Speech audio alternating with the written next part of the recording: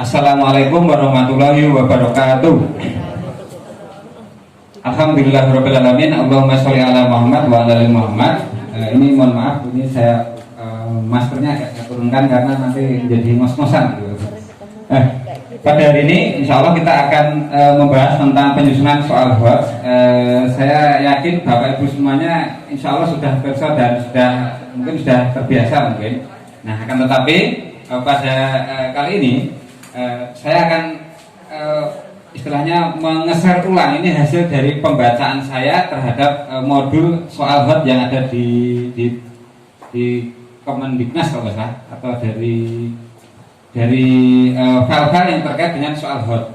Jadi acuan yang saya pakai itu dia mengacunya juga pada PISA. Ini sangat simpel dan cepat. Jadi cepat.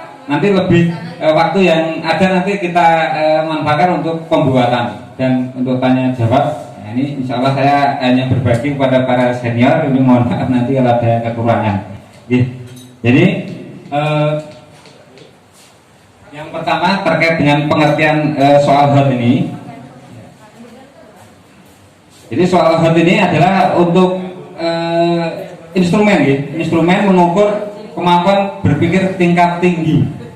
Jadi idealnya ketika kita berbicara atau membuat soal HOT pada siswa, maka pembelajaran kita harusnya juga dalam modelnya adalah pembelajaran HOT, kan idealnya seperti itu, ya. Tapi secara berkesinambungan ini kadang kita terapkan soal HOT dan secara tidak sengaja ini kita itu sebenarnya juga sudah menerapkan pembelajaran secara HOT. Cuma mungkin dokumentasi atau publikasi kita mungkin belum gitu. Jadi seperti itu terkait dengan soal HOT. Nah, ini kemudian kemampuan berpikir yang dimaksud apa? Jadi kemampuan berpikir tidak sekedar mengingat, menyatakan kembali atau merujuk tanpa melakukan pengeluaran. Jadi tidak hanya yang tiga itu, akan tetapi nanti kita dalam ranah kognitif penalaran ada tiga ya. Kognitif penalaran yaitu terkait dengan menganalisis, mengevaluasi dan mengkreasi atau mencipta. Nah, nanti kita akan lihat dimensi berpikir ini menurut Anderson itu yang sudah terbaru itu terkait dengan taksonomi Bloom. Nah, ini yang paling utama adalah yang ini Bapak Ibu. Yang paling terakhir ini Bapak Ibu. Yang paling utama yaitu bahwa soal HOT itu tidak mesti soalnya itu lebih sulit daripada soal-soal yang di bawahnya. Jadi yang namanya soal HOT itu tidak mesti soalnya sulit, itu tidak ya. Jadi itu mungkin yang perlu dipahami. Karena ada yang sering dipakai itu kan untuk soal UTBK. Soal UTBK itu ya memang ada yang sulit, akan tapi ada yang 1, 2 itu malah tidak sulit malah. Ya. Cuma butuh penalaran. Ya. Cuma butuh penalaran memang gitu. Nah, ini yang saya bilang tadi dimensi proses berpikir tadi terkait dengan soal HOT.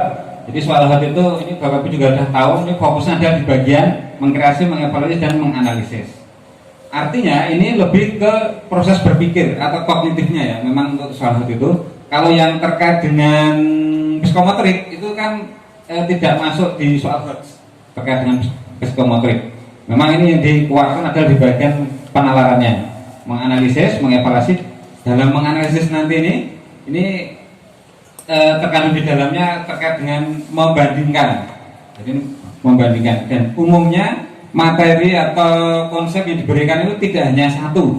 Nah, dalam soal itu tidak hanya hukum Newton itu enggak.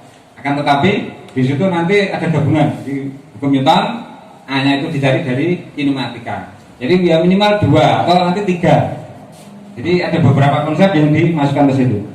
Nah, kemudian ciri khasnya, nah ini Bapak Ibu, ini ciri khasnya saya ambil dari PISA itu ada rangsangan atau stimulus ya, ada rangsangan atau stimulus yang menarik seperti kebaruan. Kebaruan di sini bukan berarti apa-apa itu harus teknologi yang baru, bukan. Ya.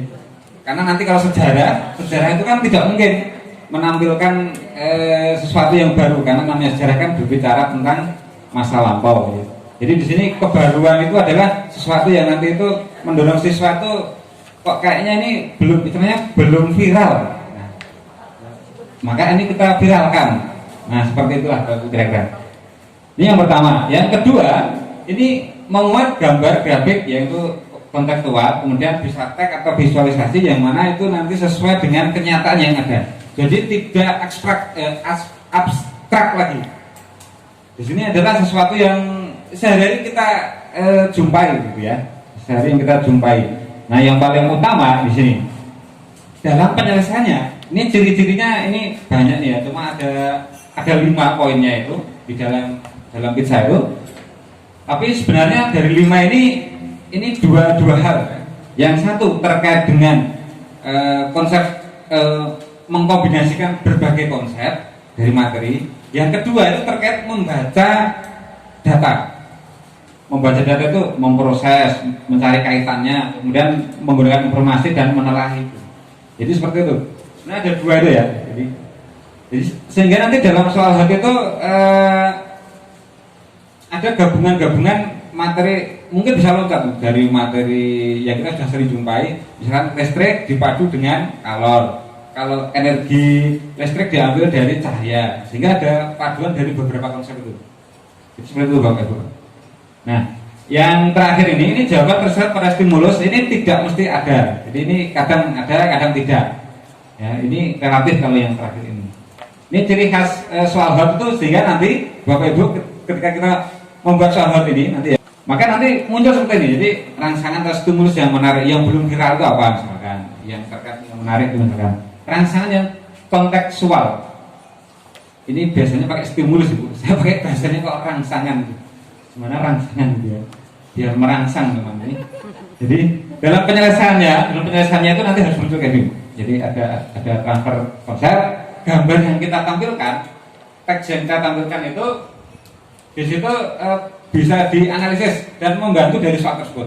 Artinya kalau gambar itu tidak ada, maka soal tidak bisa dikerjakan. Kan selama ini kita melihat ketika ini Bapak Bu, ketika tahu soal seperti integrasi sains dan agama itu kan, soal KSM, kan di situ ketika ayat itu dibuang, kan tetap masih bisa mengerjakan soal. Nah, itu dalam soal HAT itu tidak seperti itu. Jadi ketika bagian itu dibuang, kita nggak bisa mengerjakan. Nah, jadi seperti itu maksudnya. Nanti bagaimana contoh-contohnya? Contoh-contohnya itu ya. Ini saya tampilkan ragam menu soal HAT sesuai dengan pizza itu ada 5.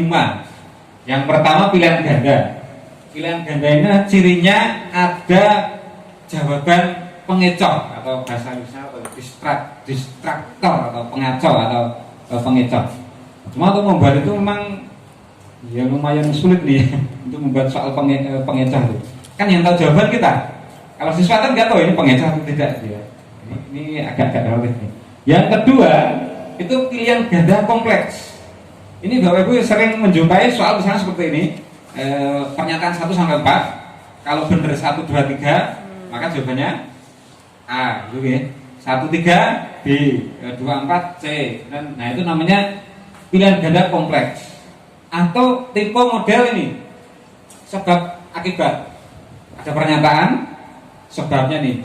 Kalau terhubung, saling ada kaitan A. Nah itu namanya pilihan ganda kompleks yang dimaksud seperti itu. Ini ya, ini seperti itu. Kemudian ternyata ada juga isian singkat atau melengkapi. Jadi ada konsep apa itu titik-titik dilanjutkan. Jadi melengkapi.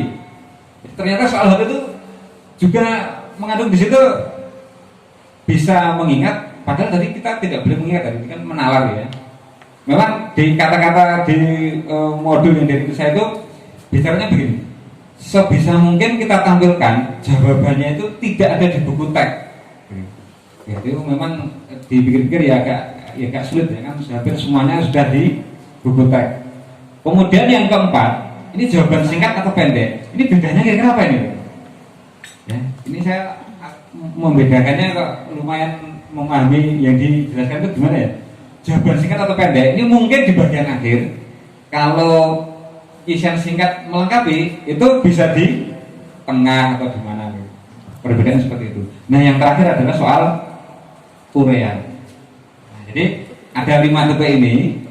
Sebelumnya saya kasih beberapa contoh. Ini hasil dari, nanti kalau keliru atau salah ya, mohon dimaklumi karena ini hasil ijtihad ngalamunnya menerjemahkan dari itu. Saya membuat soal, kemudian saya terjemahkan diri, kemudian nanti mohon kritiknya ya, sangat senang saya kritik. Yang pertama ini pilihan ganda.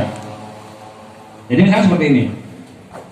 Dalam gambar itu idealnya ditampilkan ini tulisan itu loh, yang misalkan kalau lampu itu ada tulisan berapa? 50 watt, nah gitu kan.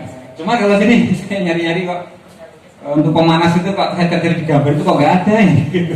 Akhirnya saya tempeli sendiri. Saya tempeli sendiri 5 ohm dan 50 volt. Kan kalau gambar ini kita hapus, ya, kan nggak bisa melihat.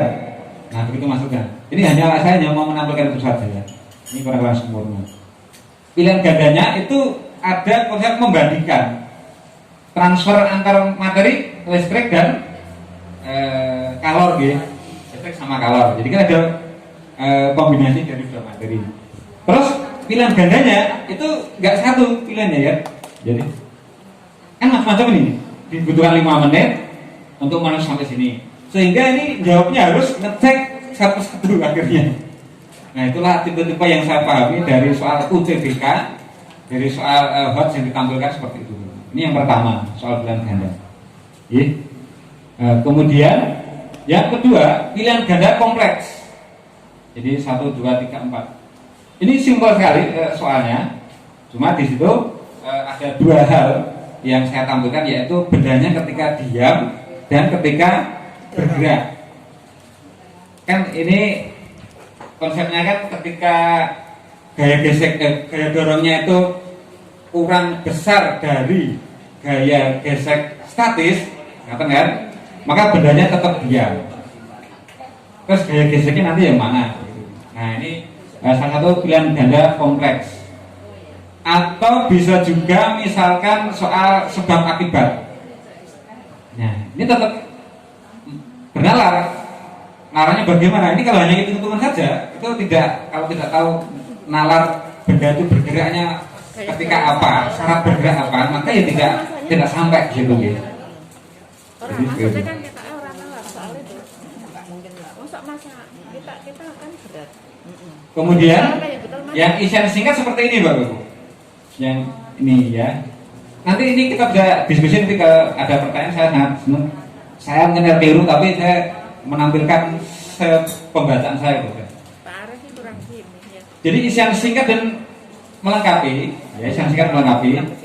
Saya tidak mengambil yang contoh, yang contoh tidak angka, tapi yang konsep, ya konsep.